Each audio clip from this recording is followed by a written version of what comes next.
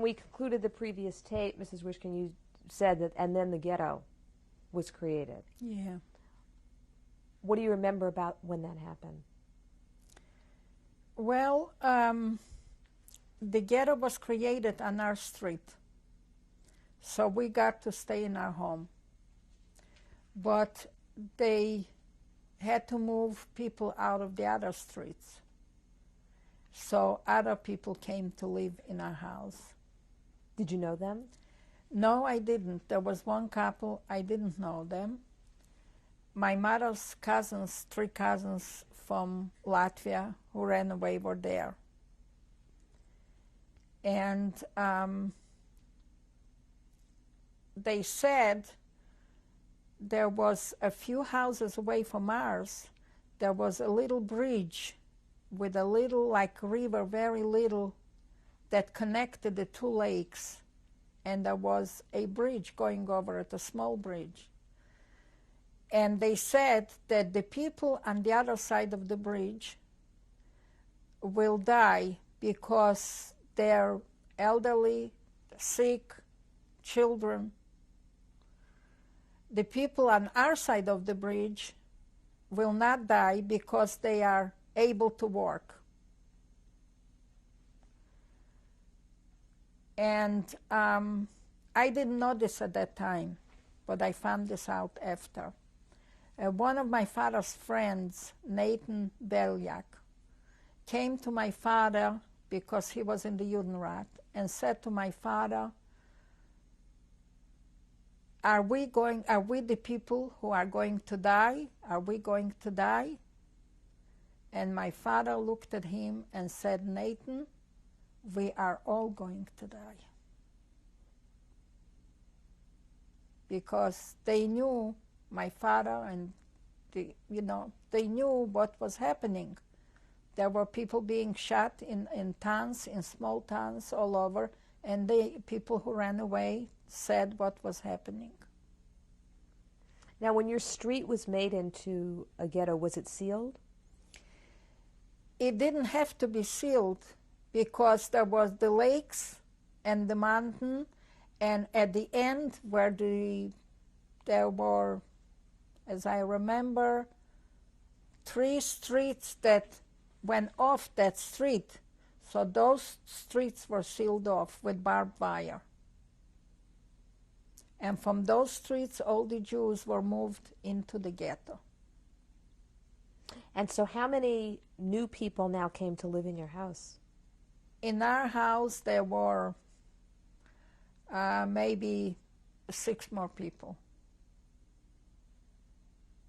And were they all grown-ups or with children? Or? Grown up. There were no children. And how did life change for you in your house once the ghetto was established? Well, it got harder. There was less food because there were more people to be fed. But there were some farmers, particularly one farmer, his name was Grishke, I don't remember his last name, who worked for my father, sometimes. And he would sneak in and bring us some food. The Szczerbiński family would come in and bring us some food.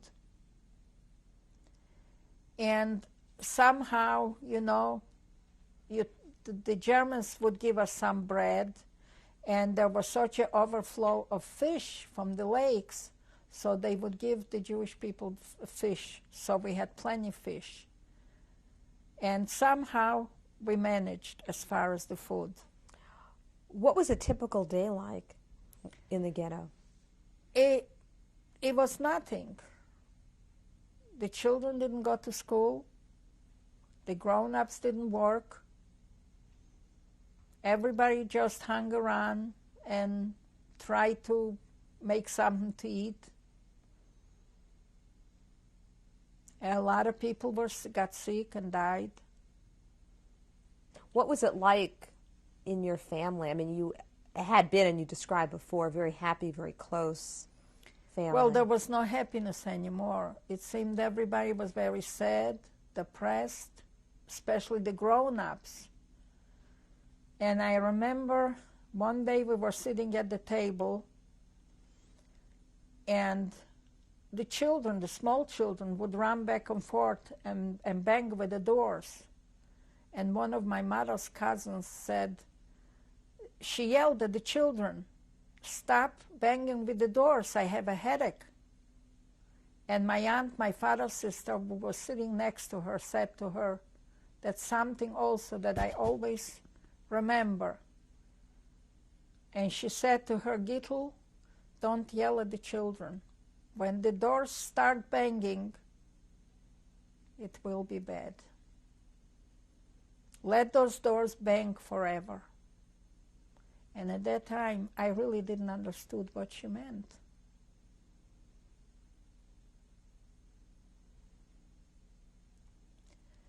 And people started looking for hiding places to get out of the ghetto, to run away, which some did. My aunt, my father's sister Rachel, and her husband and her son escaped from the ghetto. And they went to a farmer whom they knew all their lives, who used to come in and shop in her store. And they went there to a village which was maybe, 15 kilometers from Bratslav, I'm not sure. And they asked the man if he would take them in and hide them and, save them and help them. And he invited them into the house, he gave them food, and they were, of course, very exhausted. So he told them to go to the barn and lay down to sleep. And when they fell asleep, he tied them up with ropes, put them on the wagon, and brought them to the Germans to be shot. What was the benefit to someone of doing that? What would they gain from doing that? Well, I think they felt if the Germans kill all the Jews, they can get the Jews' homes, they can get the belongings. Maybe my aunt, I don't know, because at that time, I found this out after. Maybe my aunt and uncle had some money on them. Maybe they had, some kind of valuables. I don't know. And maybe he saw a chance of getting that. Was there much talk in your home about escaping? No. There was nothing said in front of the children. Still? Yeah. My parents never discussed it, and we never knew that my father was preparing a hiding place in the basement. And he, with the help of one of my cousins, prepared a hiding place in our basement. In the meantime, my mother's cousins, who met the Stravinsky family while they were in our house, asked them if they would take them in and hide them. And when the war was over, they would give them money or whatever, jewelry, I don't know. At that time, this is what I don't know if they promised them anything or not. I couldn't say because I didn't hear it. But it seems one day they disappeared. And I didn't know where they went or what happened. And I don't remember anybody saying anything where they went. Maybe I did ask, and maybe I was told that they went away somewhere to a different town or something. I don't remember.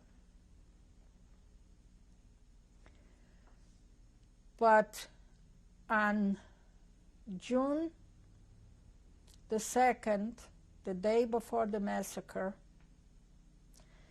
the Germans asked the Judenrat that they need 100 women, young women, to go to a small town which was called Slobodka, which was like maybe 10 kilometers away from Bratslav,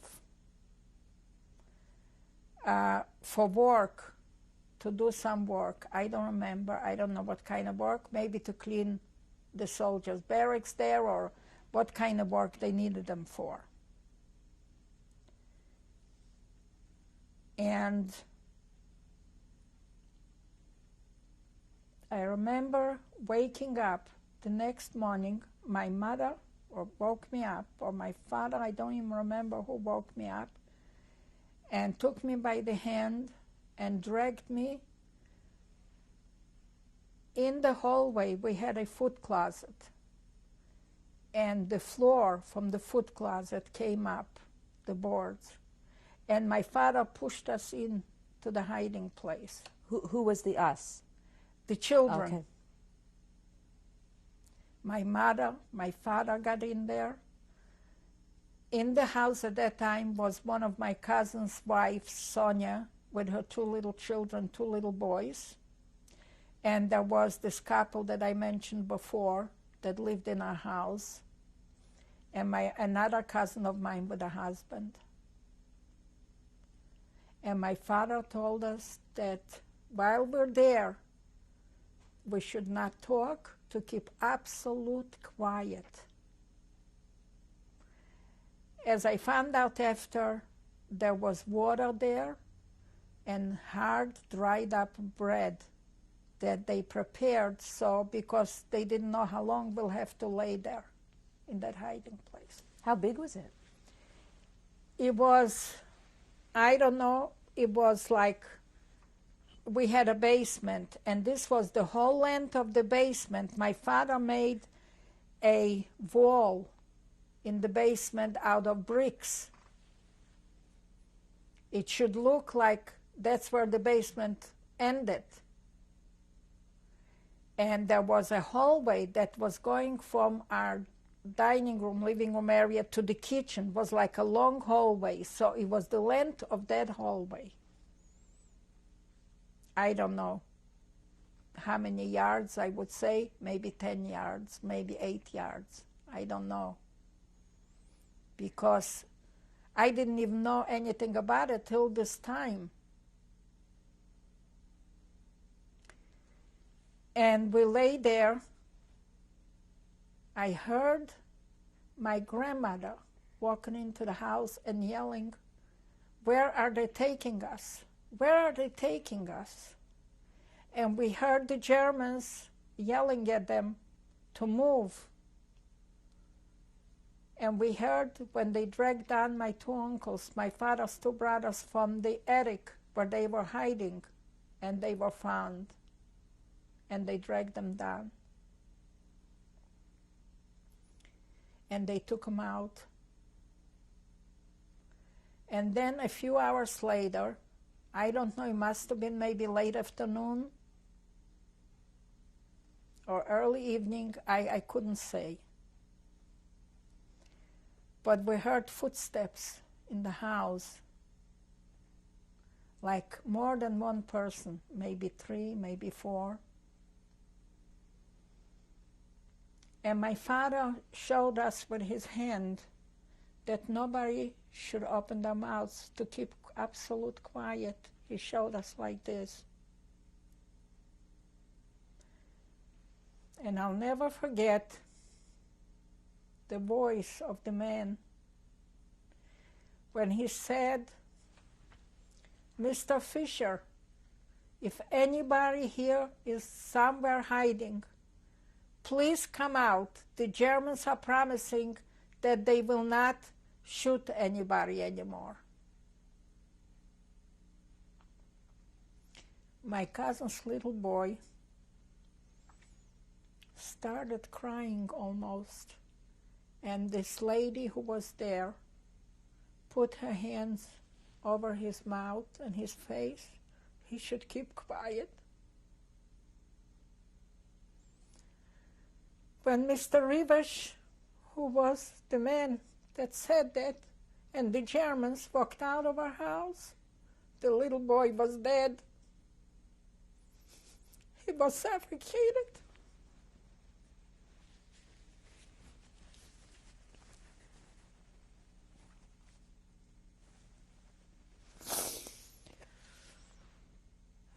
My father and my cousin took him out at night and buried him in the garden behind the barn.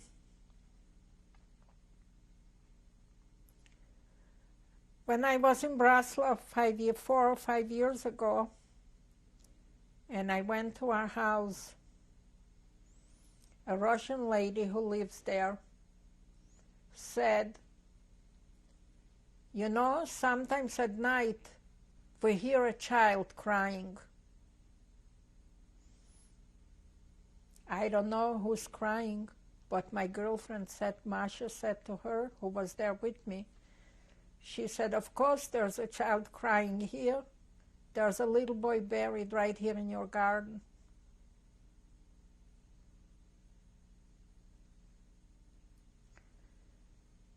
And then we were in the hiding place for another day. The next night, my father, we came out of the hiding place into the kitchen, which was in the back of the house.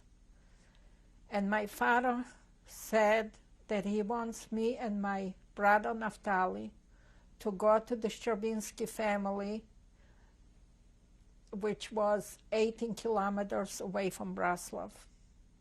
And he told us then that my mother's cousins are hiding there. How did you feel about leaving your family? I didn't want to go, neither did my brother. I remember crying. My brother was crying. I was crying. We said, "We want to be with you and Mommy and the children." And my father said, "Children, you have to be brave, and you have to do what I tell you. And Mom and the children and I will go find another place to hide." Do you know why the two of you and not any of the other children? Because I don't know. I didn't know at that time. But after, I think it's because there were 3 people hiding there already. And I was the eldest. And my father felt that my other brother, who was older, should stay with my mother and the children, because he didn't know if they can find a hiding place for all of them together, which was impossible. But I don't know why he sent me and my other brother. And he told us how to go. And till this day, when I think about it, I don't know, and my mind can't absorb it. I can't understand how we went and how we found our way to go there, because we've never been there. We never knew the road. Now, when you prepared to leave, were you able to take anything with you? No, I don't know why. When I ran into the hiding place, I remember grabbing a dress, and I had a little album with, I don't know why I grabbed that, which I still have that album, where schoolmates used to write in poems. All kids had that in school. And I grabbed that with me. And there were some pictures inside, a couple of pictures inside, like the picture I showed you when I was in 3rd grade. That I had with me. I don't know why I took that. I mean, at a time like this, you don't stop to think what to take and what not to take, where you're going and what you're doing. But my brother and I left, and we walked that night, and then we walked into the woods, and we fell asleep. We were exhausted. How easy was it to leave and to escape? We just walked by the edge of the lake at night, the 2 of us, hoping and praying that nobody will discover us, nobody will catch us. That everybody was asleep, maybe, it was late at night. I don't know. Do you recall the last things your parents said to you when you left? No, they hugged us and they kissed us, And they told us to be brave and not to worry, and just to go there, and the Stravinskys will take us in and help us. And how did your family know the Stravinskys? My parents knew the Stravinskys all their lives, because the Stravinskys used to come into town, and whenever they come in, to the markets, they would sell produce, fruits from the trees, whatever the farmers had to sell. And this is how you knew people. And they knew they knew our family. They used to come into my aunt's store and buy salt and different things that they needed. And I don't know how we got there the second night. And I remember walking over to the house. It was like something was taking us there. I never saw the house. I never knew anything about the place. I've never been there. But it was like I knew exactly where it was, and we walked over and we knocked on the door. And I remember that Mrs. Stravinsky came out, and she was like stunned when she saw us, of course. And she told us to go. Each farmer had a sauna where they used to take baths. Once a week they would heat up the sauna and go in there and wash themselves, take a bath. She told us to go in there and to stay there and in the morning they will come in to see us. And I'll never forget when her husband, Donat, walked in and brought us food. And he looked at us and he saw my brother and me sitting there crying. And he put his hands on our shoulders. And he said, "Don't cry, children. I will be your father now, and I will take care of you."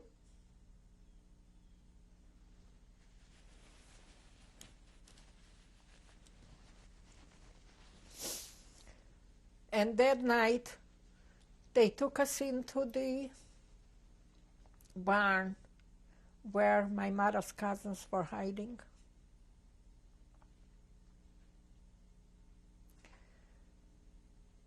There was a hole in the ground dug, and it was covered up with straw and hay, and there was a lot of straw in there, but they used to keep for the animals that they had, the cows and everything. And we used to crawl into that hole with our feet first. And they made out of straw, like a cork, a big cork, that we would pull in after us into the opening. So if you looked from outside, all you could see is straw. And that's where we were hiding, 5 people. Could you stand? No. You couldn't stand, you couldn't even sit there, just laying down. But during the day, we would crawl out from there and walk around, and always 2 of us had to look out on each side through the openings in the wood, because the barn was made out of, like long pieces of wood, like trees, and there were always in between little places where you can look through. So we used to watch on each side to make sure nobody is coming by or riding by, because the barn was right by the road. How old were your mother's cousins that were with you? They were, I would say, in their maybe late 40s or early 50s. And had you been close to them before? I never knew them before, because they lived in Latvia. Oh, my mother knew them, because my mother used to go visit there. But I never remember them coming to visit us. And how did you all get along? We got along fine. They were, of course, happy to see us, and we were crying. Do you remember their names? Yes. There was Lova Gravitz, his wife Gittel, and my mother's cousin, who was also his name, the same name, Lova Gravitz, who perished, and her children were perished in the ghetto in Latvia, his wife, Ida. And at this time, how old were you and your brother? Well, this was in 1942. I was 16 and not quite 17, but I was a very naive and young 16, not like today's 16-year-old children. I didn't know too much about the world or different things. And as I said before, our parents and the grown-ups didn't talk, in front of the children about a lot of things. Like there were 13 men that the Germans took to work at the railroad station. And the man, the overseer, a Gentile, told the Germans that the Jews are idling, they're not doing the job right. The next morning, the Germans just shot all of them. And there were a lot of different incidents that I didn't even know about it, that was happening. And how old was your brother at the time you were at the barn? He was maybe 3 or 4 years younger than me at that time. And how did you occupy your time during the day?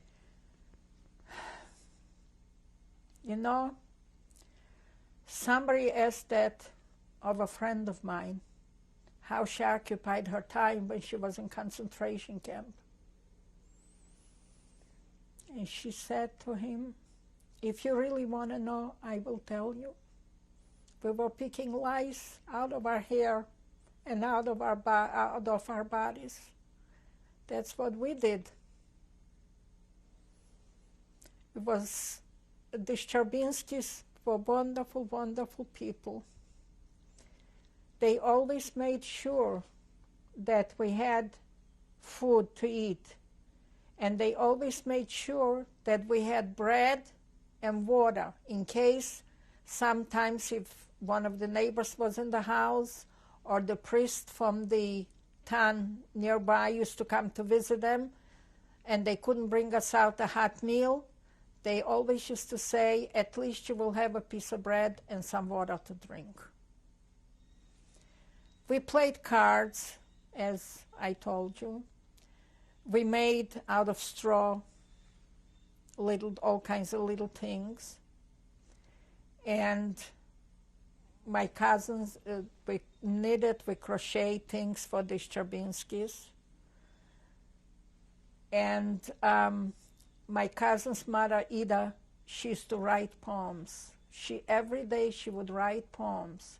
She wrote a beautiful poem to me about the bad times and how when I come out this will be over and how we'll be free and that I'll have a wonderful life because I'm young and I should look forward to a wonderful life. She wrote it in Russian. And this is what we did. Once a week we would go into the sauna at night after the Szczerbinski family took a bath, and we would wash ourselves and our clothes. And then we found out that the Germans made a new ghetto because they killed all the Jews on the 3rd of June, and there was a town not far from Bratslav called Opsa, where there were still, the Jews were still there in a small ghetto.